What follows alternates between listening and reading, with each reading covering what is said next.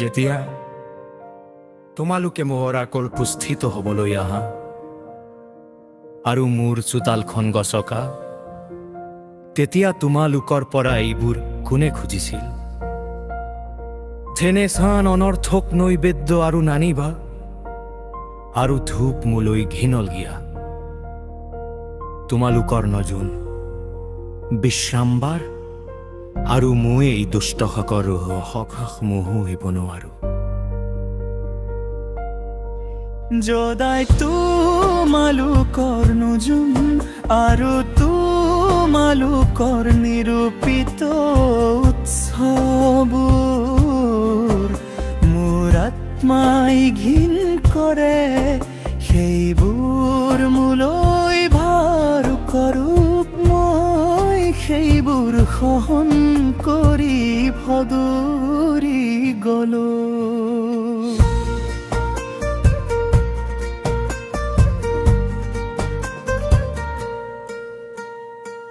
দিলহে তোমালোকে যেতিয়া প্ৰাৰ্থনাৰ বাবে তোমালোকৰ হাত মেলাত, তেতিয়া মই তোমালোকৰ পৰা দৃষ্টি আঁতৰাও।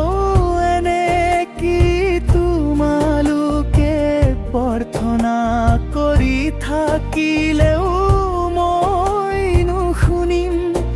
তোমালোকৰ হাত নিৰ্দোষীৰ তেজেৰে পৰিপূৰ্ণ হৈছে। যশ নিজকে ধুই শুচি কৰা, মোৰ দৃষ্টিৰ পৰা তোমালোকৰ পাপ কৰ্মবোৰ দূৰ কৰা। পাপ কৰিবলৈ বন্ধ কৰা,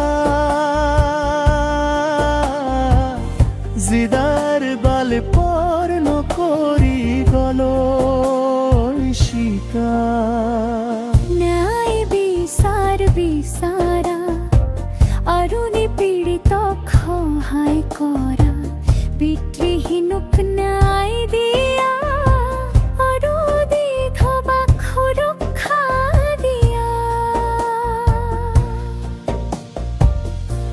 লিতৰ জিহুৱাই কৈছে, এতিয়া আহা আমি তৰ্ক বিতৰ্কত কৰোঁ।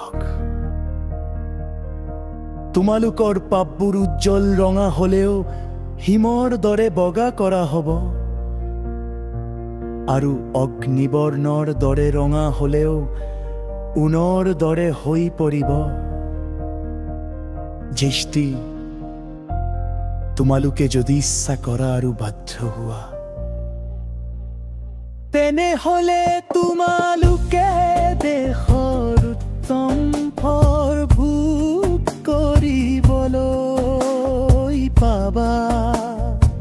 ভেষে কিন্তু যদি তোমালোক সন্মত হৈ বিদ্ৰোহ আচৰণ কৰা, তেনেহলে তৰোৱালত বাৰাই গ্ৰাস কৰা হ'ব।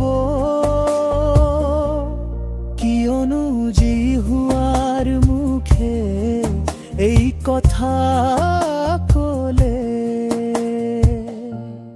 দুষ্যন্ত কিদৰে বিশ্বাসী নগৰ বেশ্যালৈ পৰিণত হল। তেওঁ ন্যায় বিচাৰেৰে আৰু ধাৰ্মিকতাৰে পৰিপূৰ্ণ আছিল, কিন্তু এতিয়া তেওঁ হত্যাকাৰী শোকনৰ তাৰে পৰিপূৰ্ণ। যিসকে তোমালোকৰ বিশুদ্ধলৈ পৰিণত হল, আৰু তোমালোকৰ দ্ৰাক্ষাৰস পানী